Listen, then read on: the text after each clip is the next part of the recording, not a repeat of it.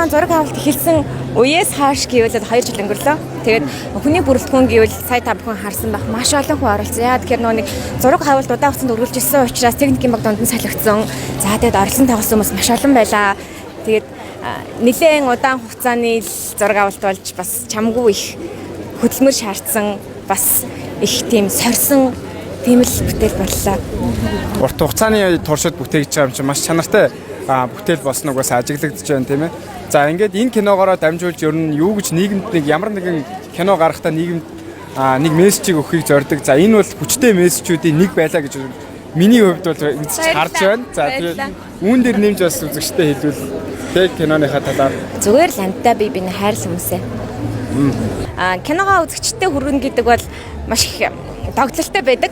Тэгээд нэг айгаад байгаа юм шиг баярлаад байгаа юм шиг хамгийн мэдрэмж авахсан тийм мэдрэмж байдаг. Тэгээд өнөөдөр үзэгчтэй киногоо хүргээд сайхан баярын урмыг сонсоо зогсгоол сайхан байна. Тэгээд бүх үзэгчтэй маш их баярлалаа. Өргөж дэмждэг хүмүүстээ маш их баярлалаа. Кинонд маань оролцож ажилласан бүх хүмүүстээ баярлалаа. Бас ажиллаа дуусгаагүй зарим хайж явсан хүмүүстээ ч баярлалаа.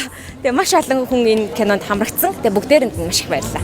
За таны цаашдын уран бүтээл өндрөөс өндөр амжилтыг хүсье. Маш их баярлалаа. За.